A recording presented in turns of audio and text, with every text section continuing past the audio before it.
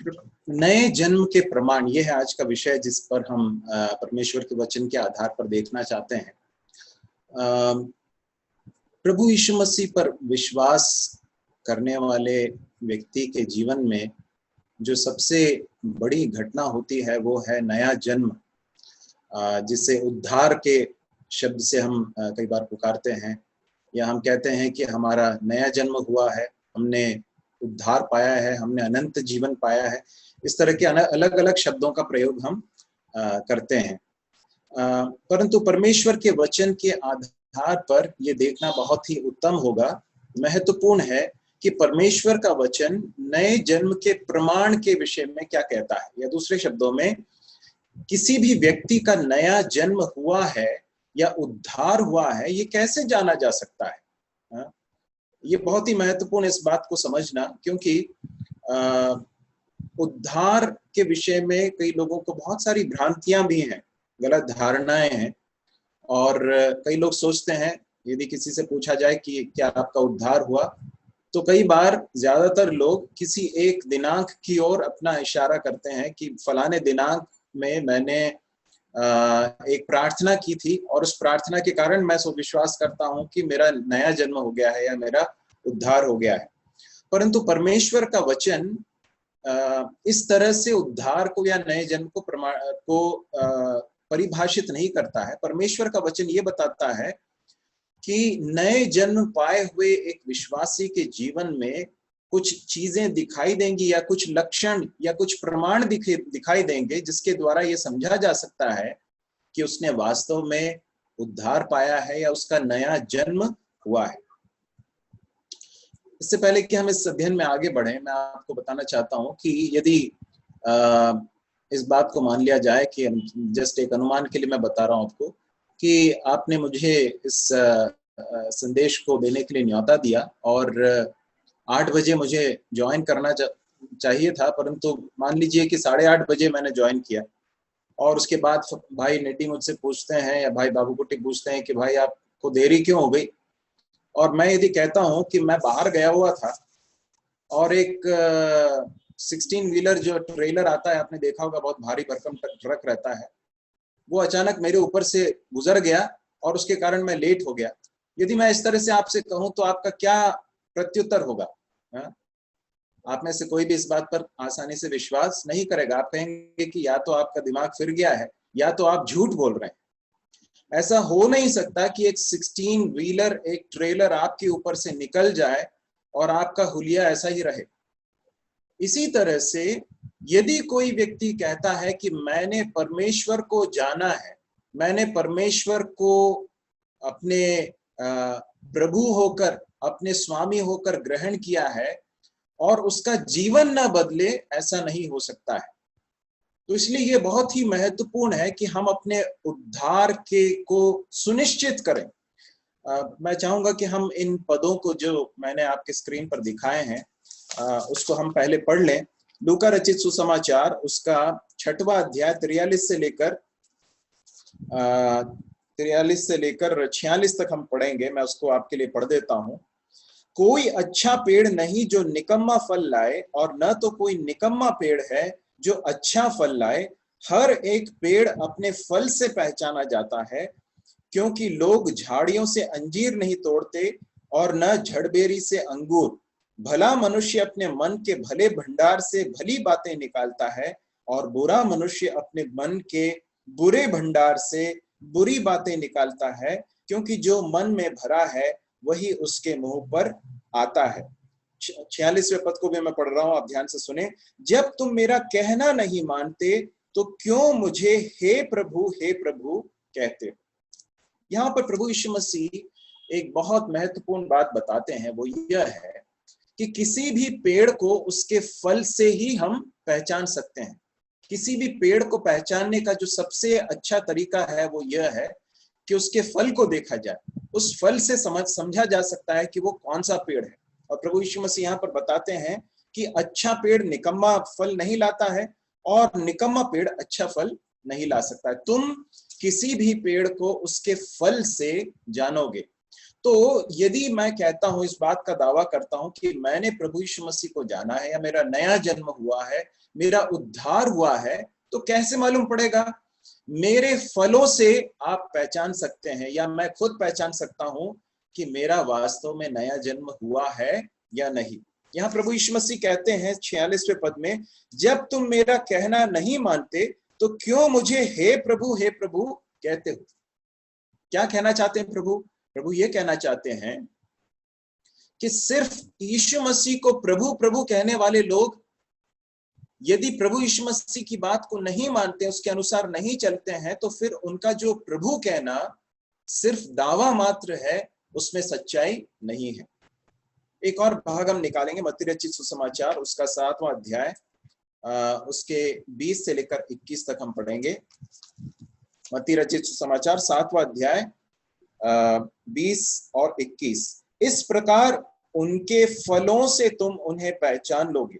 जो मुझसे हे प्रभु कहता है, उनमें से हर एक स्वर्ग के राज्य में प्रवेश न करेगा, परंतु वही जो मेरे स्वर्गीय पिता की इच्छा पर चलता है। यहाँ पर प्रभु यीशु मसीह एक और बार इस बात को कहते हैं, जोर देकर कहते हैं कि यीशु को प्रभु होकर कहने वाला व्यक्ति मात्र, कहने मात्र से एक व्यक्ति स्वर्ग राज्य में प्रवेश नहीं करेगा, परंतु वो वास्तव में स्वर्ग राज्य का अधिकारी हुआ है या नहीं, इस बात से प्रमाणित होगा, इस बात से साबित होगा कि वो पिता की इच्छा पर चलता है या नहीं। एक और भाग निकाल लें, 2 कुरिन्थियों उसका 13वां अध्याय और उसके 5वें पद को देखें। वहां क्या लिखा है? वहां ऐसा लिखा है, अपने आप को परखो कि विश्वास में हो कि नहीं, अपने आप को जांचो, क्या तुम अपने विषय में यह नहीं जानते कि यीशु मसीह तुम में है, नहीं तो तुम जांच में निकम्मे निकले।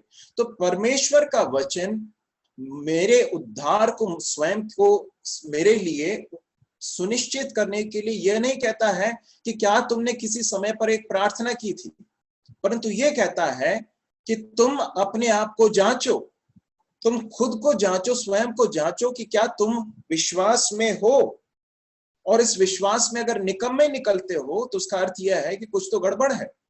अपने जीवन को देखो कि क्या उसमें फल दिखते हैं, नए जन्म के फल दिखाई देते हैं, परमेश्वर को जानने का क्या प्रभाव हमारे जीवन पर हुआ है, क्या आज्ञाकारिता हमारे जीवन में दिखाई देती है।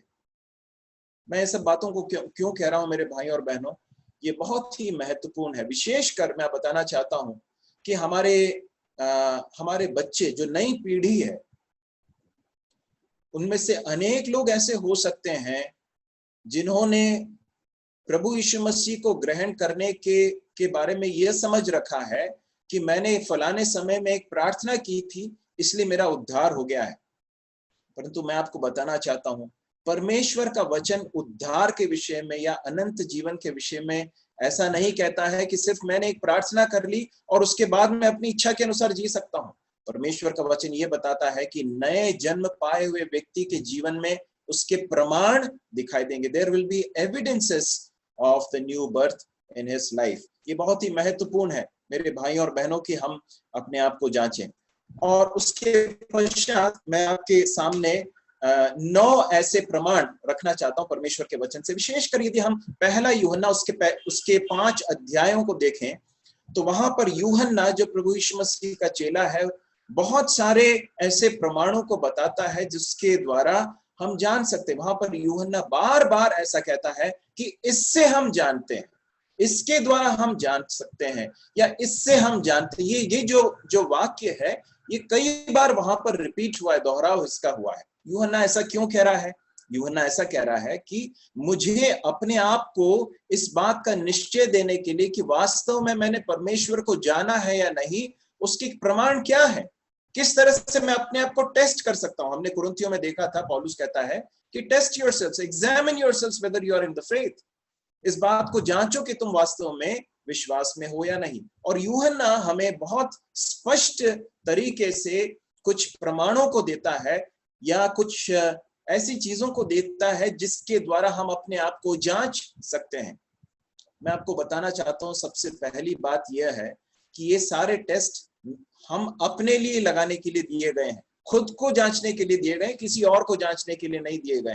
तो इसलिए हमारे लिए सबसे उत्तम होगा कि हम खुद अपने जीवन के लिए इन बातों को लागू करें। सबसे पहला भाग है पहला यूहन्ना, उसका पहला अध्याय, उसके 6 से लेकर 10 तक।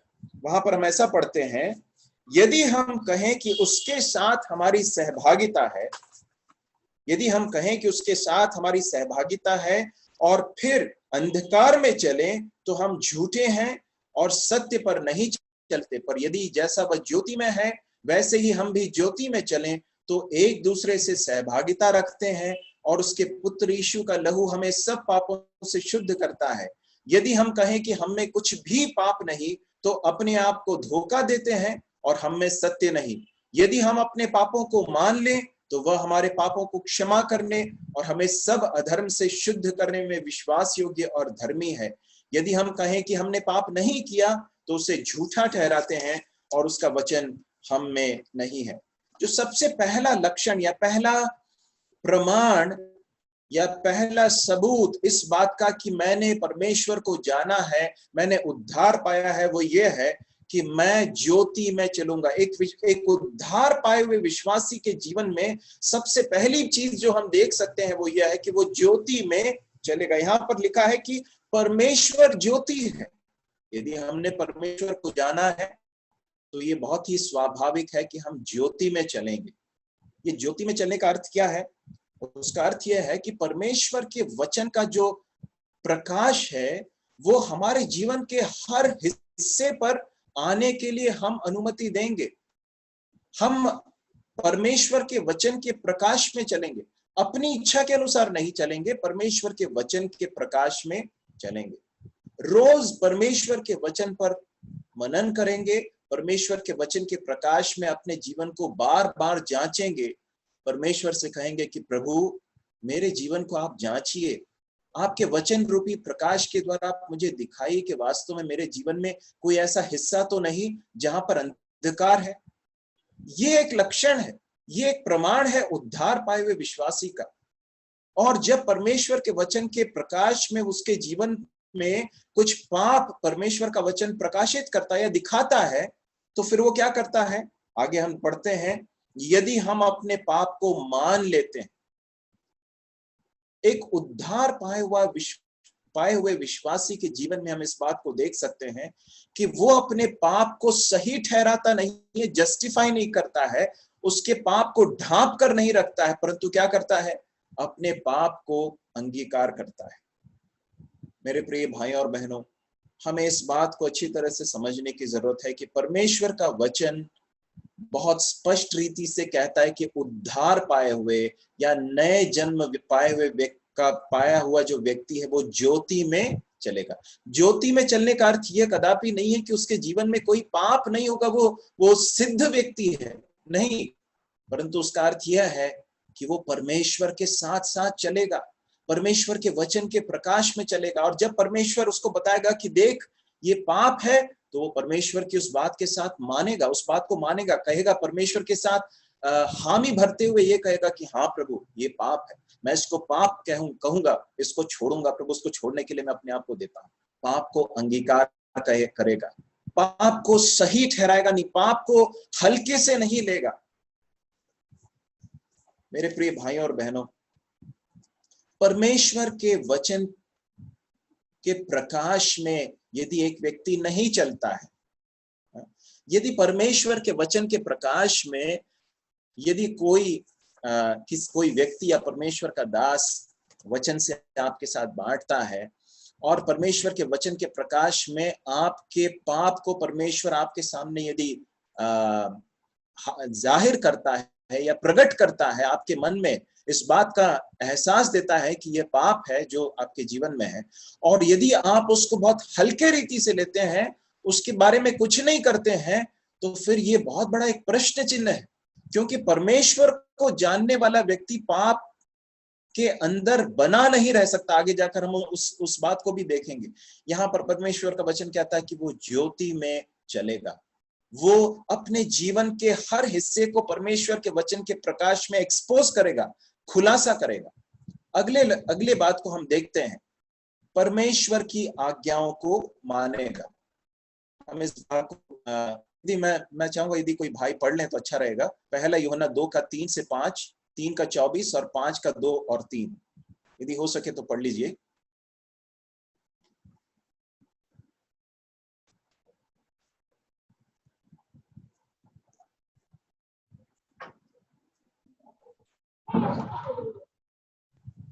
पहला यूहन्ना उसका दूसरा अध्याय उसका 3 से लेके 5 तक के भाग में ऐसा लिखा हुआ है, यदि हम उसकी आज्ञाओं को मानेंगे तो इससे हम जान लेंगे कि हम उसे जान गए हैं। जो कोई यह कहता है मैं उसे जान गया हूं और उसकी आज्ञाओं को नहीं मानता, वह झूठा है और उसमें सत्य नहीं। पर जो कोई उसके वचन पर चले उसमें सचमुच परमेश्वर का प्रेम सिद्ध हुआ है। इसी से हम जानते हैं कि हम उसमें हैं। 3:24 भी पढ़ लें। 3:24 उसमें लिखा हुआ है, जो उसकी आज्ञाओं को मानता है वह उसमें और वह उनमें बना रहता है, और इसी से अर्थात उस आत्मा से जो उसने हमें दिया है हम जानते हैं कि वह हम में बना रहता है। और 5वां अध्याय उसके 2 से लेकर 3 के भाग में ऐसे लिखा हुआ है, जब हम परमेश्वर से प्रेम रखते हैं और उसकी आज्ञाओं को मानते हैं तो इसी से हम जानते हैं कि हम परमेश्वर की संतानों से प्रेम रखते हैं, क्योंकि परमेश्वर से प्रेम रखना यह है कि हम उसकी आज्ञाओं को माने और उसकी आज्ञाएं कठिन नहीं। बहुत बहुत धन्यवाद भाई। परमेश्वर का वचन यहाँ पर अगला प्रमाण देता है, कैसे मैं अपने आप को टेस्ट करूं। तो यहाँ पर परमेश्वर का वचन कहता है कि देखो अपने जीवन को कि क्या तुम्हारे जीवन में परमेश्वर की आज्ञाओं को मानने के प्रति एक समर्पण है। यहाँ लिखा है 2:3 से 5 में हमने इस बात को पढ़ा है कि यदि हम उसकी आज्ञाओं को मानेंगे तो इससे हम जान लेंगे कि हम उसे जान गए हैं। परमेश्वर को क्या मैंने जाना है ना। हम कहते हैं ना, मैंने परमेश्वर को जाना है, मैंने प्रभु को जान लिया है, या मैंने प्रभु को ग्रहण किया है। ये सब जो शब्द हैं या ये जो दावे हैं, ये कैसे प्रमाणित होते हैं, बाहरी रूप से कैसे प्रमाणित होते हैं। या लिखा है यदि हम उसकी आज्ञाओं को मानेंगे तो इससे हम जान लेंगे। This is the test. ये है वो टेस्ट जिसके द्वारा मैं खुद जान सकता हूं, इस बात का निश्चय मेरे अंदर आ सकता है कि वास्तव में मैंने परमेश्वर को जाना है या नहीं। यहाँ लिखा है कि हम उसकी आज्ञाओं को मानेंगे तो उससे हम जान लेंगे। यदि कोई ये कहता है कि मैं उसे जान गया हूं और उसकी आज्ञाओं को नहीं मानता, वह झूठा है और उसमें सत्य नहीं। यदि परमेश्वर की आज्ञाओं को मानने के लिए आपके अंदर एक समर्पण नहीं है, कोई इच्छा नहीं है, यदि उसके प्रति परमेश्वर के वचन को मानने के प्रति आपके अंदर बिल्कुल भी रुचि नहीं है, तो ये सीधा सीधा नए जन्म के दावे के ऊपर एक बहुत बड़ा प्रश्न चिन्ह लगाता है। क्योंकि परमेश्वर को जिसने जान लिया है वो उसकी आज्ञाओं को मानने की इच्छा रखेगा। इसका अर्थ यह नहीं कि वो सारी आज्ञाओं को सिद्ध रूप से मान पाएगा। हो सकता है वो उसमें कई बार विफल हो, परंतु उसके अंदर परमेश्वर की आज्ञाओं को मानने की बड़ी इच्छा होगी, बहुत बड़ी आकांक्षा होगी। 3:24 में हमने इस बात को देखा था, वहां इस तरह से पढ़ते हैं, जो उसकी आज्ञाओं को मानता है वह उसमें उनमें और वह उनमें बना रहता है। इसी से अर्थात उस आत्मा से जो उसने हमें दिया है हम जानते हैं कि वह हम में बना रहता है। आपने ध्यान दिया होगा बार बार यूहन्ना इस बात को कहता है, इससे हम जान लेंगे या इससे हम जानते हैं। 5 में क्या हमने पढ़ा था, 5:2 और 3 में, जब हम परमेश्वर से प्रेम रखते हैं और उसकी आज्ञाओं को मानते हैं। कैसे मालूम पड़ेगा कि मैं परमेश्वर से प्रेम करता हूं। ये भी एक ऐसा वाक्य है जिसे कई बार विश्वासी लोग दोहराते हैं। जो विश्वासी होने का दावा करते हैं वे हमेशा इस बात को दोहराते हैं, मैं परमेश्वर से प्रेम करता हूं। गीतों में हम परमेश्वर से कहते हैं, प्रभु मैं आपसे प्रेम करता हूं। कैसे मालूम पड़ेगा कि मैं परमेश्वर से प्रेम करता हूं। यहां लिखा है जब हम परमेश्वर से प्रेम रखते हैं और उसकी आज्ञाओं को मानते हैं तो इसी से हम जानते हैं कि हम परमेश्वर की संतानों से प्रेम रखते हैं। क्योंकि परमेश्वर से प्रेम रखना यह है कि हम उसकी आज्ञाओं को माने और उसकी आज्ञाएं कठिन नहीं है। मेरे भाई और बहनों, अनाज्ञाकारिता के प्रति हमारा मनोभाव क्या है? यहाँ पर आपकी स्क्रीन पर दिखाई दे रहा है कि अनाज्ञाकारिता या डिसोबीडियंस के प्रति हमारा मनोभाव क्या है। यदि मैं परमेश्वर के वचन की आज्ञाओं को बहुत हल्के रीति से ले लेता हूं, मैं उसको बिल्कुल उसकी धज्जियां उड़ाता हूं, यदि अनाज्ञाकारिता मेरे जीवन की एक शैली है, जीवन शैली है, तो फिर बहुत बड़ा एक प्रश्न चिन्ह है। आज्ञाकारिता के प्रति मेरे हृदय के अंदर यदि एक ललक है, बड़ी आकांक्षा है, बड़ी एक इच्छा है, प्रभु मैं आपकी आज्ञाओं को मानना चाहता हूं। देखिए, इसका अर्थ यह नहीं कि हम सिद्ध रूप से सारी आज्ञाओं को मान पाएंगे। कई बार हम गिरते हैं, कई बार हमारे जीवन में विफलताएं आती हैं, परंतु क्या आपके हृदय के अंदर एक ऐसी बड़ी इच्छा है, प्रभु मैं गिर गया, प्रभु मैंने आपके प्रति मैंने आज्ञा को नहीं माना, परंतु प्रभु मैं आज्ञाकारिता में आगे जीना चाहता हूं, बढ़ना चाहता हूं। यदि ये है तो ये इस बात का प्रमाण है कि वास्तव में आपने परमेश्वर को जान लिया है। अगले प्रमाण को हम देखेंगे, पहला यूहन्ना 2 और उसके 5 से लेकर 6 तक। वहां पर ऐसा हम पढ़ते हैं, पर जो कोई उसके वचन पर चले उसमें सचमुच परमेश्वर का प्रेम सिद्ध हुआ है, और हम इसी से जानते हैं कि उसमें है। जो कोई ये कहता है कि मैं उसमें बना रहता हूं, उसे चाहिए कि आप भी वैसा ही चले जैसा वह चलता था। यहाँ पर एक और प्रमाण जो है यूहन्ना देता है, वो ये कहता है कि जो प्रभु यीशु मसीह पर जिसने प्रभु यीशु मसीह को अपना उद्धारकर्ता ग्रहण किया, जो कहता है कि मेरा नया जन्म हो गया है, मैंने उद्धार पाया, मैंने परमेश्वर को जाना है, वो मसीह के समान चलेगा। He will walk as Christ walked, as Jesus walked. ये क्या है इसका अर्थ? इसका अर्थ यह है कि एक उद्धार पाए हुए विश्वासी के अंदर प्रभु यीशु मसीह के पद चिन्हों पर चलने की बड़ी आकांक्षा या बड़ी अभिलाषा होगी। He will have a great desire, a deep desire to walk as Jesus walked. उसके वैचारिक जीवन में वो प्रभु यीशु मसीह के समान चलने की बड़ी अभिलाषा रखेगा। वो अपने कार्यस्थल में जब काम करता होगा, उस समय पर उसकी इच्छा होगी कि मैं प्रभु यीशु मसीह के समान अपने कार्य को करूं। जब वो बातचीत करेगा, उसके हृदय में ये इच्छा होगी कि वो प्रभु यीशु मसीह के समान बातचीत करे, प्रभु यीशु मसीह को ग्रहण योग्य तरीके से बातचीत करे। यदि कोई उसे क्रोध करने के लिए अगर बहुत ज्यादा उकसाए, तो उस समय पर वो ये सोचेगा कि मेरे स्थान पर यदि प्रभु यीशु मसीह होते तो वो कैसा करते। उसके जीवन में प्रभु यीशु मसीह के पीछे चलना या प्रभु यीशु मसीह के समान बनना, ये उसके जीवन का बहुत बड़ा एक लक्ष्य होगा। मैं इस बात को बताते समय विशेषकर मैं हमारे जो युवा हैं, मैं उनको बहुत ही एक महत्वपूर्ण बात बताना चाहता हूँ कि हमारे जीवन की जो रोल मॉडल है, हमारे लाइफ के जो रोल मॉडल हैं, वो कौन है? क्या फिल्म जगत के बड़े जो सितारे हैं वो हैं हमारे रोल मॉडल्स, या कोई क्रिकेटर्स हैं, या कोई बहुत सेलिब्रिटीज हैं? कौन है जिसको हमने अपने जीवन का रोल मॉडल बनाकर रखा है? कौन है जिसने हमारे हृदय को कैप्चर करके रखा है? क्या वो यीशु मसीह है कि कोई दूसरा मनुष्य है?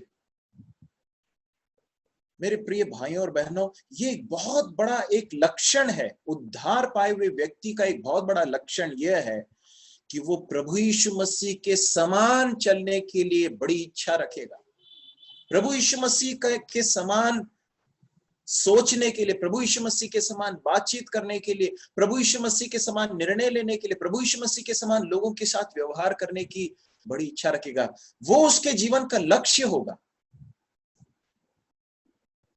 जितना मैं उसके संग चलूंगा, उसके अनुरूप ढलता रहूंगा, इस तरह से हम उस गीत को गाते हैं ना, यीशु मसीह ही मेरा गीत है, यीशु मसीह मेरा संगीत है।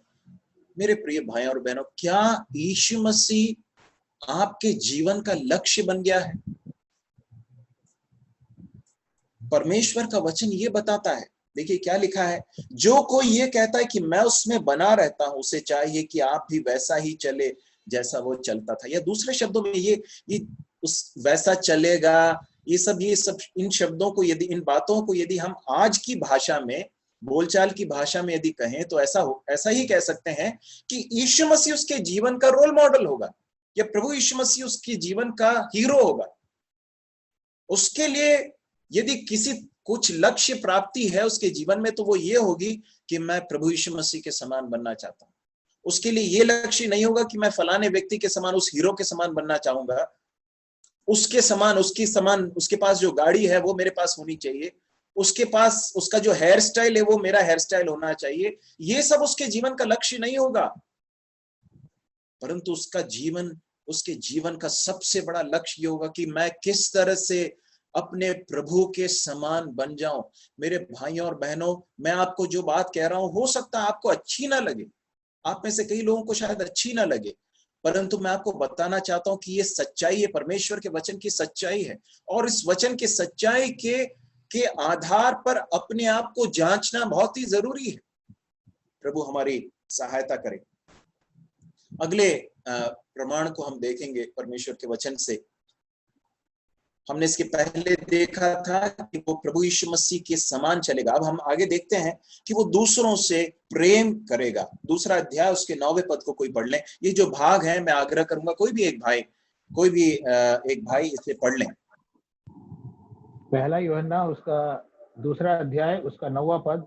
जो कोई ये कहता है कि मैं ज्योति में हूँ और अपने भाई से बैर रखता है, वह अब तक अंधकार में ही है। उसके बाद तीसरा अध्याय उसका 14वां पद।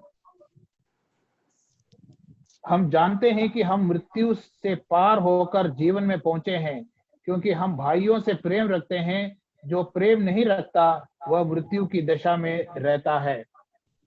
चौथा अध्याय उसका 7 और 8। हे प्रियो, हम आपस में प्रेम रखें, क्योंकि प्रेम परमेश्वर से है। जो कोई प्रेम करता है वह परमेश्वर से जन्मा है और परमेश्वर को जानता है। जो प्रेम नहीं रखता वह परमेश्वर को नहीं जानता, क्योंकि परमेश्वर प्रेम है। और उसके बाद चौथा अध्याय उसका 20वां पद। यदि कोई कहे मैं परमेश्वर से प्रेम रखता हूँ और अपने भाई से बैर रखे, तो वह झूठा है, क्योंकि जो अपने भाई से जिसे उसने देखा है प्रेम नहीं रखता, तो वह परमेश्वर से भी जिसे उसने नहीं देखा प्रेम नहीं रख सकता। धन्यवाद भाई। यहाँ पर हम देखते हैं यूहन्ना कहता है कि अगला प्रमाण या अगला लक्षण या अगला सबूत इस बात का, एविडेंस इस बात का कि मेरा नया जन्म हुआ है, वो ये है कि मैं भाइयों से प्रेम करूंगा। देखिए, परमेश्वर का वचन बहुत स्पष्ट रूप से कहता है कि विश्वासियों को एक दूसरों से प्रेम करने के लिए परमेश्वर का वचन बहुत स्पष्ट कहता है। जरूरी नहीं कि आप सभी को पसंद करें, है ना। परमेश्वर का वचन कहीं नहीं ये कहता है कि सबको पसंद करो, ये संभव नहीं है।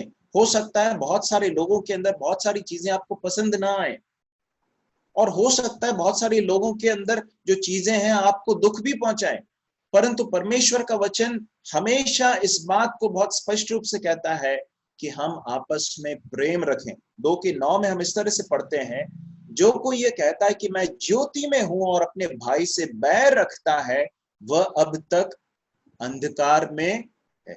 या दूसरे शब्दों में, उसका दावा कि वो परमेश्वर को जान गया है झूठा दावा है। परमेश्वर को जानने वाले एक व्यक्ति के जीवन का एक बहुत बड़ा लक्षण ये होगा कि वो दूसरे विश्वासियों से प्रेम करेगा। परमेश्वर का वचन स्पष्ट ये सिखाता है कि हम प्रेम करें। देखिए, असहमति हो सकती है ना। असहमति होने की सारी संभावनाएं, आखिर हम सब अलग अलग व्यक्तित्व हैं, अलग अलग पृष्ठभूमि में से आते हैं, अलग अलग स्वभाव रखने वाले हम लोग हैं, तो इसलिए असहमति के लिए स्थान है, परंतु प्रेम नहीं करने के लिए या बैर करने के लिए परमेश्वर का वचन विश्वासियों को अनुमति नहीं देता, उसके लिए कोई जगह नहीं। परमेश्वर हमारी सहायता करे कि हम अपने आप को जांचें कि क्या हमारे हृदय के अंदर हमने किसी भाई या किसी बहन के प्रति क्या हमने बैर को पाल कर रखा है। ये बहुत ही महत्वपूर्ण है, क्योंकि यहाँ पर परमेश्वर का वचन कहता है कि जो भाई से बैर रखता है वो अब तक अंधकार में ही है। और हम 3:14 में इस तरह से पढ़ रहे थे, हमने सुना था, हम जानते हैं कि हम मृत्यु से पार होकर जीवन में पहुंचे हैं। मतलब क्या है, ये किसके बारे में कह रहा है? प्रभु यीशु मसीह पर जिसने विश्वास किया है वो मृत्यु को पार करके जीवन में पहुंच चुका है, इस तरह से वचन में हम पढ़ते हैं। तो ये कहता है कि हम जानते हैं इस बात को कि हम मृत्यु को पार करके जीवन में पहुंचे। कैसे जानते हैं? क्योंकि हम भाइयों से प्रेम रखते हैं। प्रेम पर अपने सह विश्वासियों के प्रति जो प्रेम है वो इस बात का सबसे बड़ा प्रमाण है कि मैंने परमेश्वर को जान लिया है। ऐसा क्यों कहता है वो? 4:7 और 8 में वो ये कहता है, हम आपस में प्रेम रखें क्योंकि प्रेम परमेश्वर से है। जो कोई प्रेम करता है वो परमेश्वर से जन्मा है और परमेश्वर को जानता है। जो प्रेम नहीं करता वो परमेश्वर को नहीं जानता, क्योंकि परमेश्वर प्रेम है। परमेश्वर प्रेम है और जो परमेश्वर से जन्मा है वो प्रेम किए बिना नहीं रह सकता है। उसके लिए प्रेम नहीं कर पाना संभव नहीं है। देखिए, असहमति हो सकती है। मैं फिर से आपको ये बात बताना चाहता हूं, किसी भी सह विश्वासी के जीवन में कोई चीज हो सकती है, कोई बात हो सकती है जिससे हम असहमत हों, परंतु प्रेम नहीं करने के लिए या घृणा करने के लिए परमेश्वर का वचन कहीं से कहीं कोई अनुमति नहीं देता है। और यहाँ पर बताता है कि परमेश्वर से क्या जन्मे हो, परमेश्वर से क्या तुम जन्मे हो क्या? यदि इस बात को प्रमाणित करना चाहते हो तो इस बात को देखो कि क्या तुम्हारे हृदय में भाइयों के प्रति प्रेम है। यदि परमेश्वर से जन्मा है तो बहुत स्वाभाविक रूप से प्रेम करेगा। परमेश्वर के एक दास थे, भाई वी नेगल, जो एक जर्मन मिशनरी हुआ करते थे। वो केरल में आए, बहुत साल पहले की बात है, केरल में आए, उन्होंने मलयालम भाषा सीखी और केरल में रहकर उन्होंने अनेक वर्ष सेवाएं की और मलयालम भाषा सीख कर मलयालम भाषा में बहुत सारे सुंदर गीतों को उन्होंने लिखा। उसमें से एक गीत है जिसको मैंने अनुवाद किया, वो जिसके बोल इस तरह से हैं कि तेरा रूप यीशु मेरी आंखों में कितना ही अति सुंदर है। और उसके एक अंतरे में इस तरह से कहता है, प्रेमी प्रभु को जिसने देखा है वो कैसे प्रेम किए बिना जी सकता है। मेरे प्रिय भाइयों और बहनों, परमेश्वर को यदि हमने जाना है तो हम अपने हृदय के अंदर घृणा को पाल कर नहीं रख सकते हैं। तो ये हमारे लिए एक बहुत बड़ा एक टेस्ट है। यदि ऐसा है तो कुछ गड़बड़ है, उसको उसके साथ डील करने की जरूरत है। 4:20 में हम इस तरह से पढ़ते हैं, यदि कोई कहे कि मैं परमेश्वर से प्रेम रखता हूं, है ना, जिसे मैंने नहीं देखा उसको मैं प्रेम रखता हूं, और अपने भाई से बैर रखे तो वह झूठा है। क्यों? क्योंकि जो अपने भाई से जिसे उसने देखा है प्रेम नहीं रखता, तो वो परमेश्वर से भी जिसे उसने नहीं देखा है प्रेम नहीं रखता है। तो ये बहुत बड़ा एक बहुत कठोर शब्दों का, यह बहुत सीधे तौर से बिना किसी लाग लपेट के यूहन्ना यहाँ पर कहता है कि हमारे नए जन्म के लक्षण के रूप में, नए जन्म के प्रमाण के रूप में यूहन्ना कहता है कि इस बात को के द्वारा जांचो अपने आप को कि तुम वास्तव में विश्वास में हो या नहीं हो। 5वें प्रमाण को हम देखें, वहां उसे हम इसके 3 अध्याय उसके 6, 8 और 10 में और 5 के 18 में पढ़ते हैं। जल्दी से आग्रह करूंगा कोई भी पढ़ लें। 3 का 6, 8 और 10। पहला यूहन्ना उसका 3 अध्याय उसका 6 और 8वां पद। 6 में ऐसा लिखा हुआ है, जो कोई उसमें बना रहता है वह पाप नहीं करता। जो कोई पाप करता है उसने ना तो उसे देखा है और ना उसको जाना है। 8वां पद, जो कोई पाप करता है वह शैतान की ओर से है, क्योंकि शैतान आरंभ से ही पाप करता आया है। परमेश्वर का पुत्र इसलिए प्रकट हुआ कि शैतान के कामों का नाश करे। उसके बाद 10वां पद, इसी से परमेश्वर की संतान और शैतान की संतान जाने जाते हैं। जो कोई धर्म के काम नहीं करता वह परमेश्वर से नहीं, और ना वह जो अपने भाई से प्रेम नहीं रखता।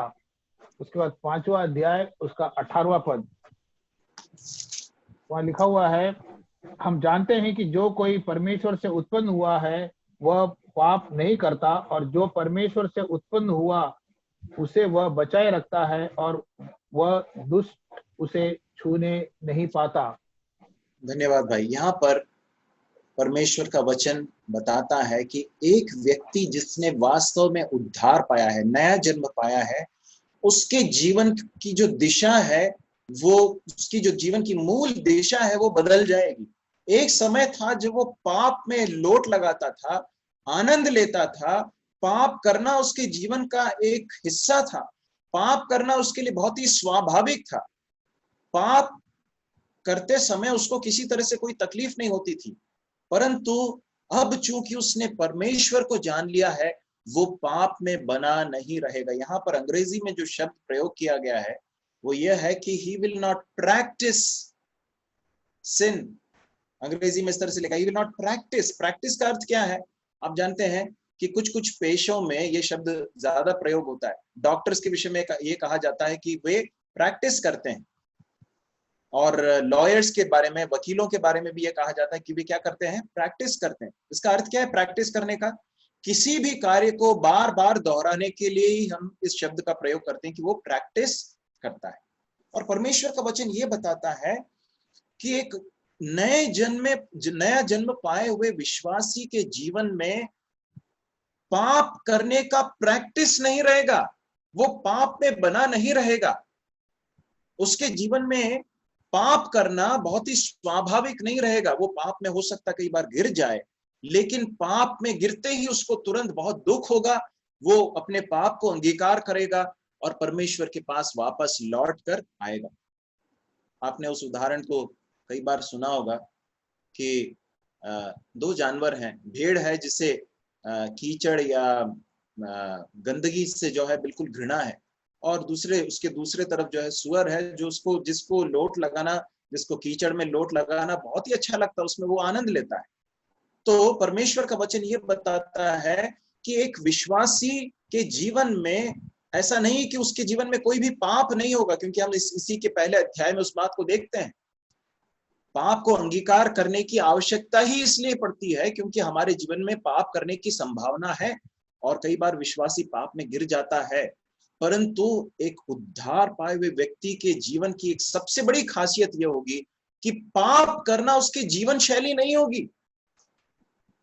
To live in sin will not be the basic direction of his life। उसका जीवन बदल चुका है। उसका जीवन जो है दो हिस्सों में बंट चुका है। एक जीवन उसका पुराना जीवन है, एक उसका नया जीवन है। एक समय था जब वो कुछ चीजों को करता था कि कुछ स्थानों पर जाता था, कुछ लोगों के साथ वो उठता बैठता था, कुछ पाप में आदतों में अपने आप को देता रहता था। परंतु अब उसका परमेश्वर के साथ आमना सामना हो गया। He has had an encounter with God. Now he cannot live in it anymore। वो पाप में बना नहीं रह सकता है। हम क्या देख रहे थे यहाँ पर? जो उसमें बना रहता है वो पाप नहीं करता। देखिए इसका अर्थ जो है उसको सही रीति से ऐसा समझने की जरूरत है कि वो he will not practice sin। वो पाप में अपने जीवन को बनाए नहीं रखेगा। 5:18 में भी हम उसी बात को देखते हैं कि वो पाप नहीं करता या पाप में बना नहीं रहता। He will not continue in sin। जो परमेश्वर से उत्पन्न हुआ उसे वह बचाए रखता है। कौन बचाए रखता है?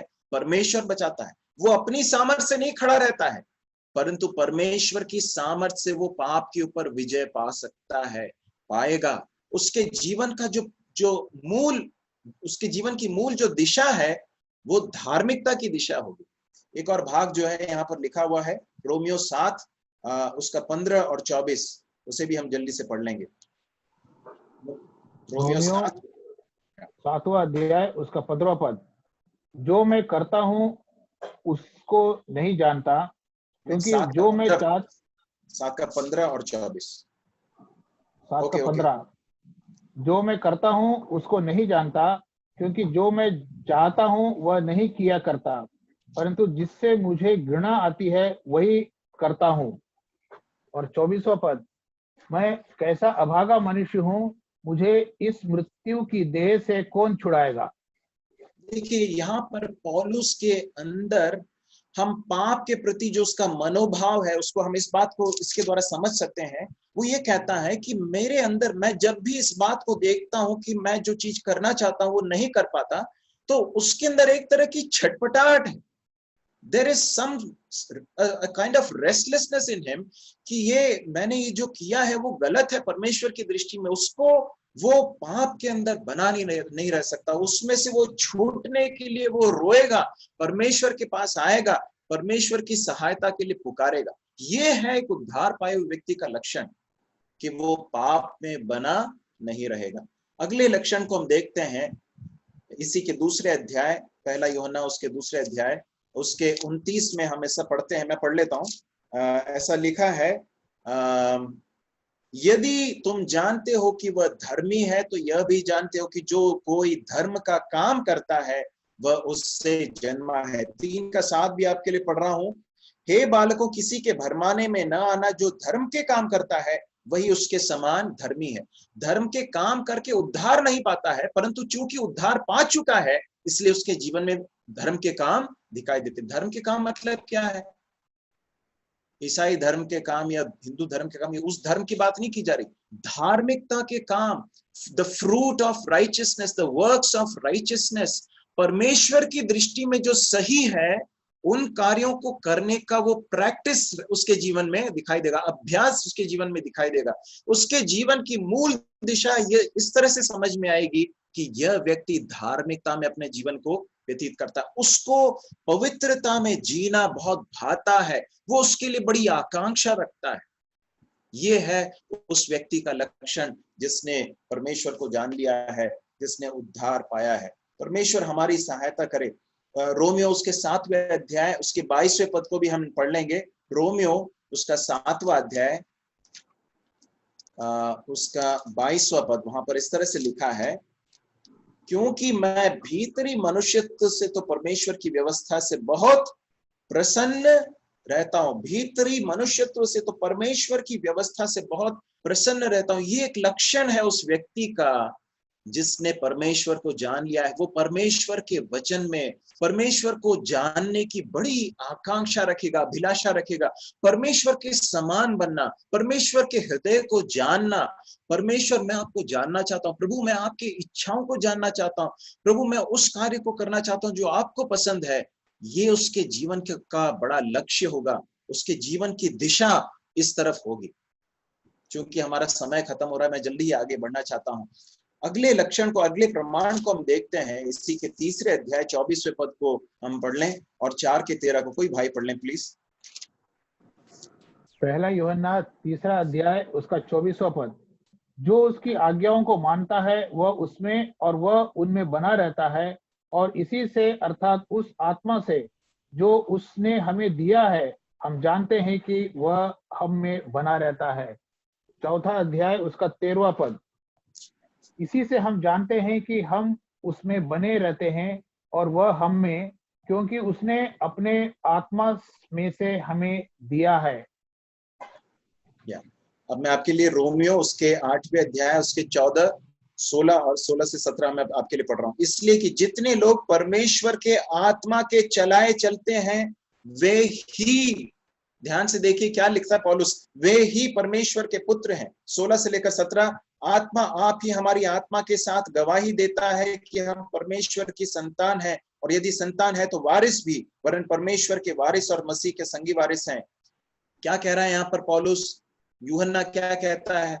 ये कहता है कि परमेश्वर का आत्मा, यदि उद्धार पाया है तो पवित्र आत्मा आकर आपके अंदर वास करेगा। परमेश्वर ने अपने आत्मा से आपको दिया है और वो आत्मा आपको इस बात का निश्चय देगा कि आप वास्तव में उद्धार पाए हुए व्यक्ति हैं। और यहाँ पर लिखा है कि जिसने वो आत्मा पाया है वो उस आत्मा के चलाए चलेगा। He will be led by the Spirit। और यहाँ पर लिखा है उसके 16 में, आत्मा आप ही हमारे आत्मा के साथ गवाही देता है कि हम परमेश्वर की संतान है। तो परमेश्वर को यदि वास्तव में जाना है, वास्तव में नया जन्म हुआ है, तो हमारे अंदर परमेश्वर का आत्मा इस बात का निश्चय देगा। अंग्रेजी में एक इस तरह से एक गीत है जिसकी बोल इस तरह से हैं, उसका सिर्फ वो जो अंश है उसको बताकर मैं आगे बढ़ना चाहता हूँ।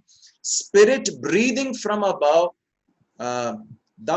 उसमें और आगे कहता है कि I am his and he is mine. बहुत एक सुंदर गीत है। कभी आप समय निकालकर उस गीत को गाइए, उसके उसके उसके उस बोल को आप देखिएगा।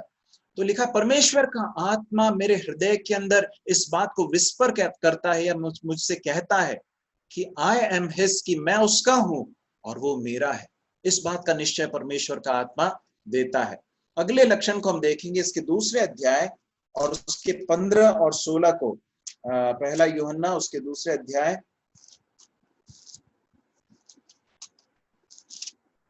पहला यूहन्ना उसका दूसरा अध्याय उसका 15 और 16। तुम ना तो संसार से और ना संसार में की वस्तुओं से प्रेम रखो। यदि कोई संसार से प्रेम रखता है तो उसमें पिता का प्रेम नहीं है, क्योंकि जो कुछ संसार में है, अर्थात शरीर की अभिलाषा और आंखों की अभिलाषा और जीविका का घमंड, वह पिता की ओर से नहीं परंतु संसार की ओर से है। धन्यवाद भाई। परमेश्वर का वचन यहाँ बताता है कि नए जन्म पाए हुए व्यक्ति के जीवन में यह दिखाई देगा कि वो संसार से प्रेम नहीं रखेगा।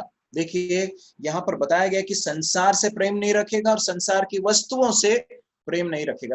ये दोनों दो चीजें हैं। संसार क्या है? संसार एक तरह की प्रणाली है, एक सिस्टम है, एक वर्ल्ड का एक सिस्टम है जो शैतान के अधिकार में है। संसार की एक सोच है, संसार का एक दृष्टिकोण है, संसार के मूल्य हैं, संसार के एटीट्यूड्स हैं। और परमेश्वर का वचन ये बताता है कि एक नया जन्म पाया हुआ व्यक्ति उससे प्रेम नहीं करेगा।